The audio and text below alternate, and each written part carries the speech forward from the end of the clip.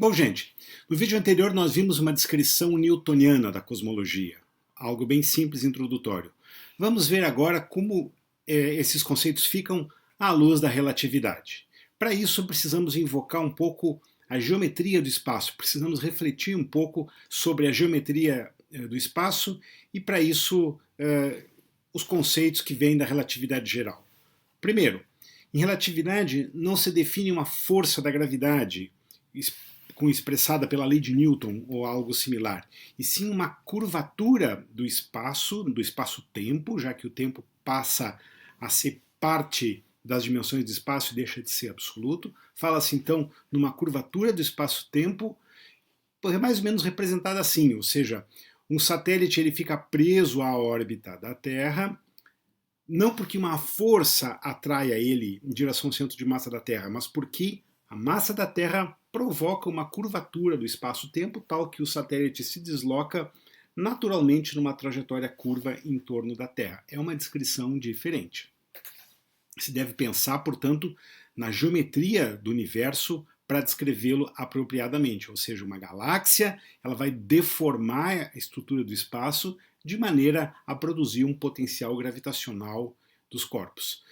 Ou seja, a curvatura, a geometria do espaço, ela vai ser definida pela quantidade total de matéria. Matéria mais energia, obviamente. A gente sabe que matéria e energia estão correlacionadas aí pelo E igual a mc ao quadrado. Então, a curvatura, a geometria do universo vai ser determinada pela densidade total de matéria mais energia. A gente viu nas aulas anteriores o princípio cosmológico, ou seja, vimos que o universo em escalas cosmológicas é isotrópico e homogêneo. Isso implica em assumir que a curvatura deve ser constante em cada ponto do espaço, obviamente. E a gente pode supor três possibilidades de curvatura, como está descrito aqui: plano, elíptico e hiperbólico. Plano, obviamente, sem curvatura, curvatura nula. Elíptico, curvaturas chamado de curvaturas positivas, como um elipsoide, como uma esfera, é um caso particular de elipsoide, ou hiperbólica, curvaturas abertas, sem estar fechadas. Vamos começar com a geometria plana, a geometria euclidiana. Ela foi descrita lá no século III a.C. por Euclides de Alexandria, o grande matemático, aí o criador da geometria, como a gente conhece. Os conceitos da geometria euclidiana a gente conhece super bem. A gente conhece isso desde o ensino fundamental. Por exemplo, a menor distância entre dois pontos é uma linha reta. Nesse caso, o espaço em grandes escalas, em escalas cosmológicas, será plano. Atenção com esse conceito de plano. Plano não quer dizer bidimensional. Eu estou querendo dizer que a menor distância entre dois pontos é uma reta. Não vai haver curvatura. Isso é um espaço plano. O universo, nesse caso, vai ser infinito e a gente pode imaginar no universo com densidade igual à densidade crítica em expansão perpétua. A gente mostrou nas aulas anteriores aquelas possíveis curvaturas que descrevem a evolução do fator de escala no tempo. O fator de escala pode aumentar e depois voltar a diminuir, ou seja, o universo ser freado pela gravidade, esse é um modelo fechado, ou modelo aberto indefinidamente, ou modelo assintoticamente igual a um valor constante, né? Que é o modelo marginalmente ligado com densidade igual à densidade crítica. É disso que eu estou falando. E para o caso não euclidiano, existem geometrias não euclidianas? Bom, existem sim. Eu gosto de lembrar que o livro de geometria do Euclides, chamado Os Elementos, é o maior sucesso editorial da história dos livros didáticos, porque ele foi usado para ensinar geometria na escola para criança por mais de 2 milênios, até o século XIX. Começou lá no século III a.C., foi até o século XIX. Bom, mas a partir dos trabalhos de pessoas como Gauss, por exemplo, começaram a ser formuladas descrições não euclidianas da geometria, ou seja, descrições da geometria como um todo que não envolviam os chamados 5 postulados de Euclides. Procurem na internet para vocês entenderem, é bem legal essa história. Então, existem geometrias não euclidianas. Vamos tomar, por exemplo, a geometria elíptica ou riemanniana, em homenagem ao seu desenvolvedor, o matemático alemão George Riemann. Qual é a ideia? Nesse caso, se vocês pensarem num elipsoide como esse aqui, vejam, a esfera é um caso particular de elipsoide. Se vocês pensarem num elipsoide, a menor distância entre dois pontos na superfície desse elipsoide não é uma reta, é um segmento de elipse. Um espaço, uma cosmologia riemanniana, elíptica, descreve o espaço curvado de forma a se dobrar em torno dele mesmo, finito, mas sem bordas. Como assim finito, mas sem bordas? Ora, o caso mais simples de finito, mas sem bordas é a própria Terra, né? Imagine alguém que caminhe sobre a Terra, a esfera é um caso particular de elipsoide, ela não vai encontrar o fim, né? Mas, obviamente, o volume é finito. Então, o que eu estou querendo dizer é que o universo de curvatura positiva, o universo riemanniano, seria fechado, portanto, com densidade maior do que a densidade crítica, e isso implica em dizer que num futuro remoto ele iria colapsar, voltar às condições do Big Bang.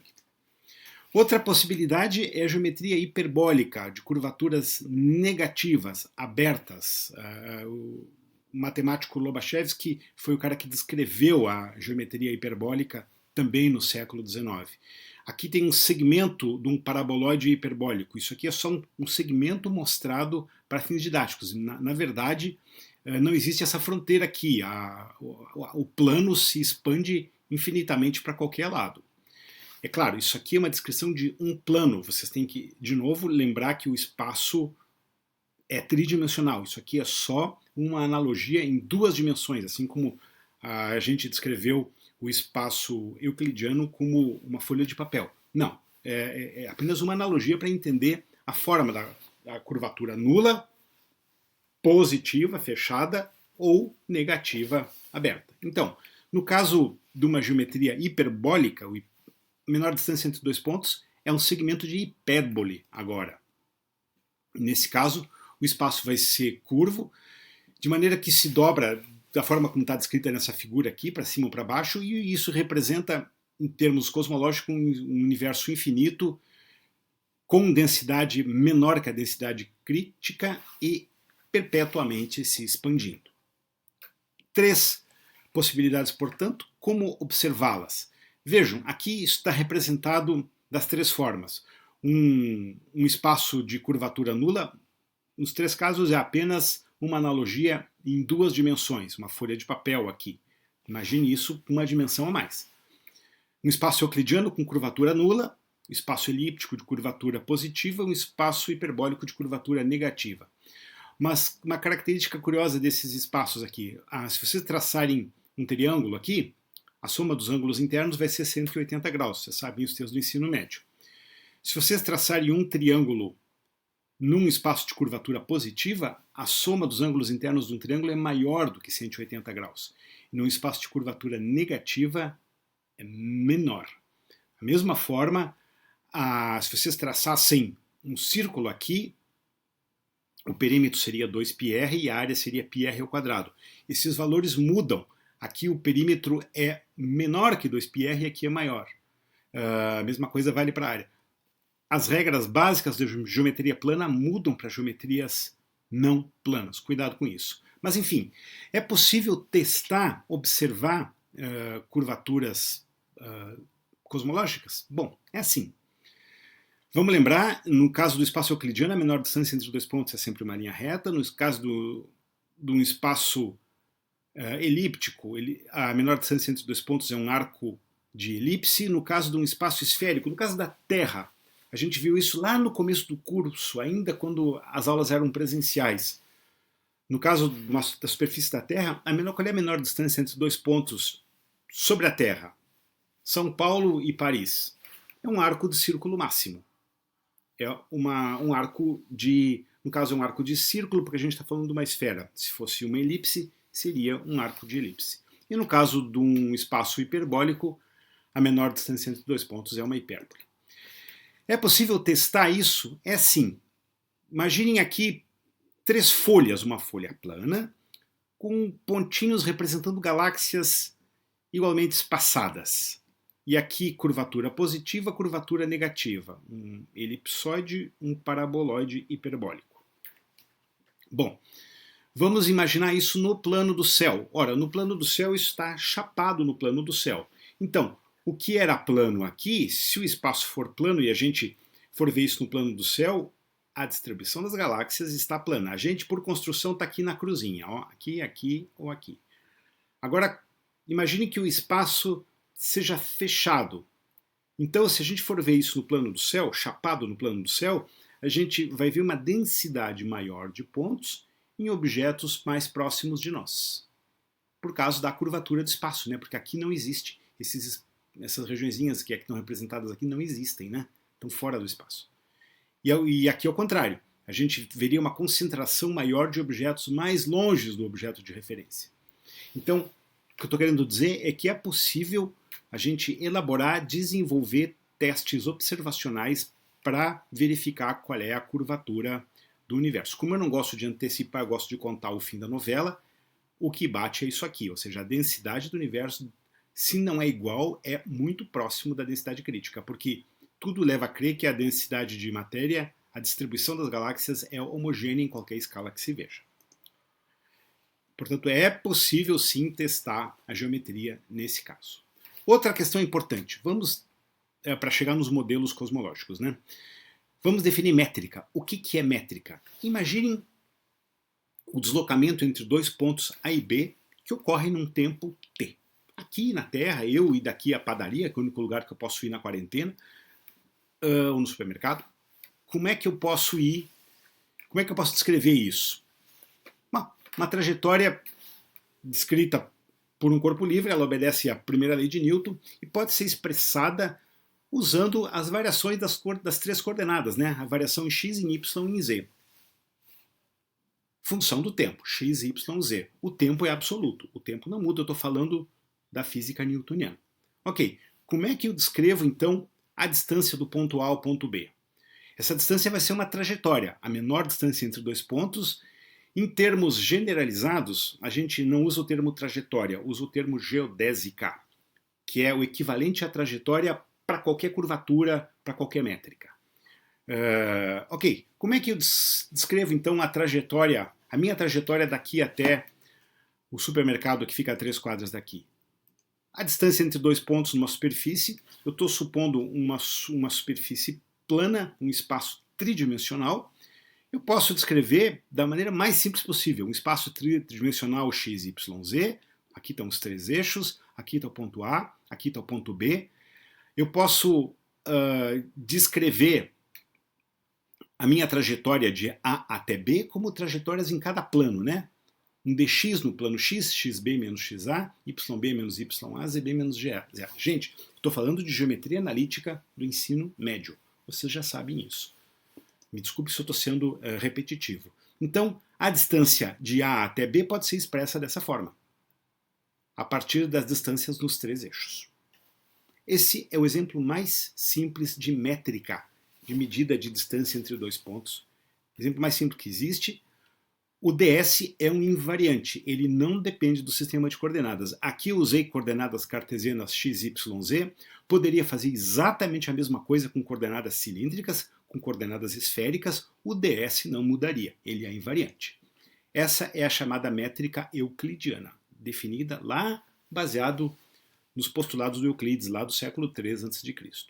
Bom, passemos para a relatividade e vamos pegar a métrica relativística mais simples que tem, que é usada em relatividade restrita, a chamada métrica pseudo-euclidiana, que considera um espaço tridimensional, também uma trajetória sobre uma superfície plana, mas considera também o tempo. Então a gente vai falar aqui, descrever o espaço-tempo quadridimensional de Minkowski. O nome é dado em homenagem ao matemático físico alemão Hermann Minkowski, lá do começo do século XX. Ora, a gente tinha as coordenadas espaciais x, y e z, continua tendo, mas agora a gente também tem uma distância temporal. Cuidado aqui, hein? Aqui aparece duas coordenadas de tempo, uma representada por t e outra representada por tau. Cuidado com isso, aqui as coisas começam a se complicar. Tempo t é o intervalo entre dois eventos quaisquer. E o tempo tau é o chamado tempo próprio. Tempo próprio é o tempo no relógio que eu carrego comigo. Ou seja, se um relógio está carregando, é o tempo que eu meço, eu estou carregando o relógio comigo, eu meço o tempo em relação a mim. Esse é o tempo próprio, é o invariante. Agora, o tempo entre dois eventos, ou seja, o tempo do meu relógio comparado com o tempo do relógio que está parado ali do lado, é diferente. Então, então, esse tempo é relativo. O tempo próprio é um tempo invariante. Cuidado com essas definições de tempo que, em relatividade, elas começam a ficar complicadas. Mas então, vejam, a gente tem agora 4 coordenadas aqui. As 3 coordenadas espaciais e uma coordenada temporal, CT. CT, C velocidade da luz, T é tempo. Se a gente multiplicar tempo por velocidade, a gente vai ter uma coordenada, uma dimensão de distância também, né? Então a gente tem 4 dimensões aqui. As 3 dimensões cartesianas mais uma dimensão temporal. Notem, o tempo aparece como uma dimensão, portanto. O que a gente tinha antes no espaço tridimensional, antes eu tinha chamado de ds. Agora eu vou chamar o termo espacial, a componente espacial, dx2 mais y2 mais dz2, eu vou chamar de dl2. Apenas a componente espacial dessa métrica aqui, ó, o ds, a distância entre dois pontos quaisquer, agora vai depender também do intervalo de tempo transcorrido, mais as coordenadas. Ou seja, em outras palavras, eu substituí uma definição por outra. Antes eu tinha uma distância espacial dl que separavam 2 pontos num espaço tridimensional. Agora eu tenho um intervalo de espaço-tempo ds entre 2 eventos. Antes eu tinha 2 pontos, agora eu tenho 2 eventos. Antes eu tinha apenas uma distância espacial, agora eu tenho um intervalo de espaço-tempo. Isso é conceitualmente diferente. O ds é um invariante, assim como era o dl, lá na métrica euclidiana. O ds é um invariante, ele está relacionado com o tempo próprio dessa forma aqui. A métrica escrita dessa forma é a chamada métrica pseudo-euclidiana de Minkowski. Por que pseudo-euclidiana? Porque ela é a métrica euclidiana, dx2 mais dy2 mais dz2, acrescida de um termo temporal, que está aqui. Esse é o caso mais simples de métrica relativística. Agora vamos para uma métrica mais profissional, mais de gente grande. Como eu falei na aula passada, ou na outra, não estou recordado, não é minha intenção aqui dar um curso de relatividade. Eu estou apenas mostrando para vocês conceitos que são importantes para vocês entenderem a parte de astronomia. Recomendo fortemente a vocês darem uma revisada ou darem uma xeritada nesses conceitos para entender eles mais a fundo. Vamos falar um pouco então sobre a métrica de Friedmann-Robertson-Walker, que é usada em relatividade geral. De novo, a gente viu que os espaços podem ter curvatura nula, ou positiva ou negativa. Isso vai ser importante para descrever a métrica de Friedmann-Robertson-Walker. Bom, a curvatura ela é constante em cada uma das métricas por um certo tempo. Porém, a curvatura pode evoluir. Lembra, o espaço está evoluindo, né? Tá se expandindo. Então, a curvatura em si pode ser diferente em momentos diferentes. Isso é importante. Como é que é a métrica de Robertson-Walker? Ela está descrita aqui. Não se assuste com o tamanho da expressão. De novo, não é minha intenção ensinar álgebra relativística para vocês, ensinar álgebra tensorial, não é nada disso. Eu quero apenas mostrar para vocês os conceitos importantes, porque daí que vão sair os resultados cosmológicos importantes, mais decisivos. Sem susto, sem pânico, a métrica quadridimensional de Friedmann-Robertson-Walker, ela lembra outra. Olha, tem um termo espacial que está aqui e tem um termo, perdão, falei errado, tem um termo temporal que está aqui, ó, C2 dt2, esse aqui é um termo temporal, e um termo espacial, que está em termo de 3 coordenadas generalizadas, sigma, θ e φ. Sigma, θ e φ. Aqui aparece o sigma de novo. O sigma vocês podem entender com uma espécie de distância, de raio. Vamos debulhar um pouco essa expressão. R é o fator de escala, que a gente já viu. O R descreve como se dá a expansão do universo. K. K é a constante de curvatura. Está aqui ela. O K pode ser mais 1, 0 ou menos 1. O K mostra qual é a curvatura do universo hoje. Ou ela é fechada, portanto mais 1, ou ela é nula, portanto esse termo aqui é 0, ou ela é aberta, negativa, e esse termo é menos 1. Sigma. O sigma é a distância comóvel. Vocês podem entender isso como o raio comóvel que eu descrevi na aula passada, que é a função também do fator de escala R. O θ e o φ dão a direção. Portanto, o ds é, de novo, um elemento de distância, dá portanto, uma métrica quadridimensional com 3 dimensões espaciais, sigma, θ e φ, e uma dimensão temporal, o tempo. Essa é a métrica de Friedmann-Robertson-Walker, que é usada na relatividade. O que é uma métrica? É uma medida da distância. É disso que eu estou falando. Assim que se medem distâncias cosmológicas usando essa métrica. Ok, agora a gente pode então começar a descrever o que é um modelo cosmológico relativístico. Comecemos com a equação de Einstein. Ela é fundamental para descrever a estrutura do universo em larga escala. E que cara ela tem? Isso aqui.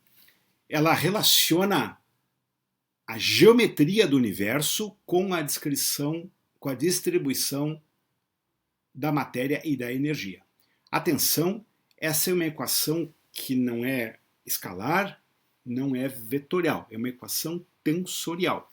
G e J, T e J são tensores, são entes matemáticos diferentes de vetores.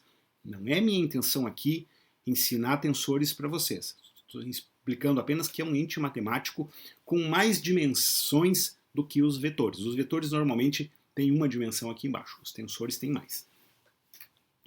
O GJ é o tensor de Einstein, ele descreve a geometria do universo. O TIJ é o tensor energia-momento, ele descreve a distribuição de matéria mais energia. E aí que está o grande diferencial dos modelos relativísticos em relação ao modelo newtoniano, ou seja, a geometria do universo, que está aqui nesse tensor, é a função da distribuição de massa e energia. Como a gente falou bem no comecinho dessa aula, ou seja, a distribuição de massa vai definir a geometria. Massa mais energia. Isso aqui são apenas constantes, né? 8π, g é a constante da gravitação, c é a velocidade da luz na quarta potência. Portanto, a equação de Einstein descreve que, ou diz que, a geometria do universo é função da distribuição de matéria e energia. Essa equação é um modelo relativístico. Agora, como é que a gente pode abrir essa equação para entender ela direito? Para abrir essa equação, precisa do conceito de métrica. O que é importante reter aqui é que o tensor energia-momento, esse cara aqui, o tensor energia-momento, descreve a geometria. É exatamente como a massa na mecânica newtoniana. A massa descreve o campo gravitacional. O potencial gravitacional depende da massa do corpo. É isso que o potencial gravitacional é, lá na física newtoniana. De forma análoga, o tensor energia-momento é a fonte da geometria. Ele vai descrever a geometria, ele vai definir a geometria. Essa conexão entre massa mais energia com a geometria é exclusivo da relatividade, ela não aparece no contexto da física, da cosmologia newtoniana de maneira nenhuma. Então, aqui está a equação de Einstein. O tensor de Einstein que descreve a geometria, o tensor energia-momento. Ora,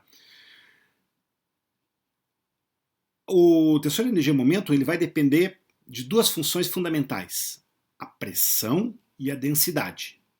Ambos variam no tempo. E aqui surgem as equações de Friedmann-Lemaitre. Friedmann, um matemático cosmólogo russo, e Lemaitre, um cosmólogo belga, foram os caras que combinaram a equação de Einstein com a métrica para formular as equações que descrevem a dinâmica do universo em larga escala, a pressão e a temperatura, em função do fator de escala. Bom, o que a gente tem aqui? Então a gente tem duas partes. A equação de Einstein que descreve a distribuição de matéria e energia e relaciona elas com a geometria. E a métrica de Friedmann-Robertson-Walker que descreve as distâncias em termos do fator de escala. Então, colocando a métrica de Friedmann-Robertson-Walker nessa equação aqui e abrindo esses termos, a gente tem as equações de Friedmann-Lemaitre, que são as equações do chamado modelo padrão cosmológico. Essas equações foram formuladas lá nos anos 20, entre os anos 20 e 30 do século 20, há um século atrás, arredondando os números, um pouquinho menos, e são até hoje usadas, são o chamado modelo padrão. Veja, são duas equações. Uma equação para pressão e outra equação para densidade, função do tempo.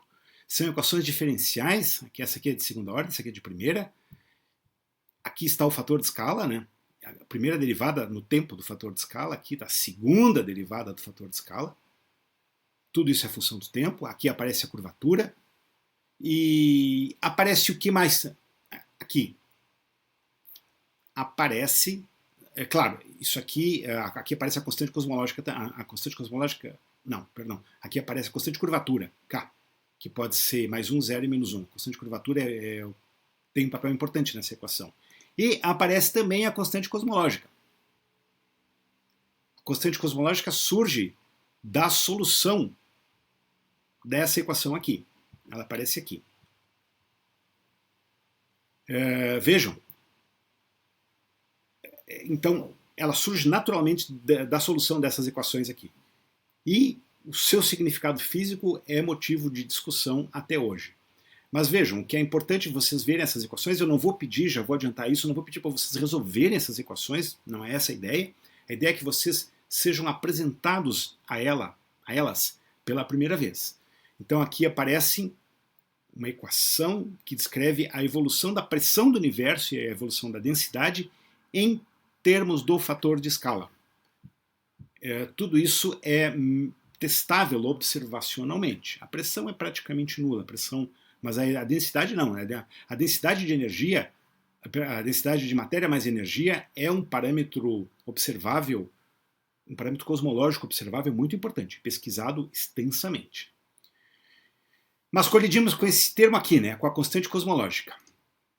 Bom, lá no começo, quando Einstein formulou o primeiro modelo cosmológico, isso ainda antes de 1920, há mais de um século atrás. A relatividade geral foi publicada entre 1915 e 16, durante a Primeira Guerra Mundial, portanto. O primeiro modelo cosmológico foi publicado aí por 1918 e 19. Não se sabia na época que o universo se expandia. O Einstein supunha que o universo fosse estático, de curvatura positiva. Então, essa constante aqui, ela surge nas equações, ela foi introduzida, ela surge nas equações para evitar que elas descrevessem um universo colapsante. Com a constante cosmológica colocada aí de forma mais ou menos artificial, como resultante de operações matemáticas, ela tinha o sentido físico de evitar que as equações descrevessem um universo colapsante, porque se supunha que o universo era estático. Mas aí nos anos 1920 e poucos, o Edwin Hubble demonstrou que o universo estava se expandindo. Então, Einstein removeu a constante cosmológica das equações, não se falou mais nela, até que muitas décadas depois começaram a surgir as evidências, eu estou falando agora de pouco mais de 20 anos atrás, dos anos 90, começaram a surgir as evidências de que o universo estava se acelerando, que a expansão estava se acelerando. Solução matemática para arrumar o modelo padrão, voltou à constante cosmológica. Agora com o sentido da energia escura responsável pela expansão. Bom, então, considerando a constante cosmológica igual a zero, as equações de Friedmann descrevem dois possíveis futuros para a expansão do universo. Ou ele vai se expandir perpetuamente, ou ele vai se contrair. Está descrito aqui, universo não ligado, curvatura negativa. Aqui o universo marginalmente ligado para a densidade zero, o chamado curvatura nula, o universo de Einstein de Sitter, modelo de Einstein de Sitter, que é um dos primeiros modelos, talvez o primeiro modelo cosmológico a ser formulado, ou o universo de curvatura positiva ligado. Bom, mas as coisas começaram a mudar de figura a partir dos dados observacionais. Dois desses modelos anteriores previam idades muito menores do que as idades medidas para alguns objetos. Ora, sabe-se que as idades dos aglomerados globulares indicam idades de 10 a 12 giga-anos, enquanto que os quasares estão a distâncias que indicam idades de cerca de 13 giga-anos. Ora, óbvio que o universo não pode ser mais jovem do que alguns dos seus componentes. Então, tudo indica que o universo não tem a densidade crítica, nem seja de alta densidade. A densidade deve ser muito menor do que a crítica. Muito menor do que a crítica. A não ser que a gente inclua a energia escura. Aí é outra história. Esse modelo aqui é o modelo de universo vazio, né, expansão constante. E os dados observacionais indicam que esse modelo aqui é o que mais se aproxima da realidade, ou seja, a expansão está se acelerando. E isso implica numa constante cosmológica maior que zero, uma força repulsiva, ou seja, uma força que atua no sentido contrário à gravidade, que vai indicar a idade aí bem próxima ao tempo de Hubble e idade do universo em torno de 13,8 giga-anos. Qual é o verdadeiro significado físico da constante cosmológica? Qual é o verdadeiro significado físico para a mesma? Essa é uma questão ainda em aberto e certamente é uma questão que vai ocupar a cabeça dos cosmólogos por muito tempo ainda. Qual a verdadeira natureza da constante cosmológica? Qual é a sua natureza física? Tudo indica, os resultados observacionais indicam que o universo está não apenas se expandindo, mas essa expansão está se acelerando matematicamente. Essa aceleração da expansão é descrita por uma constante cosmológica maior que zero nas equações de Friedmann-Lemaitre. Agora, o que vem pela frente, qual é a física que está atrás disso, esse é um tema ainda em aberto. E aqui termina a primeira parte dessa aula.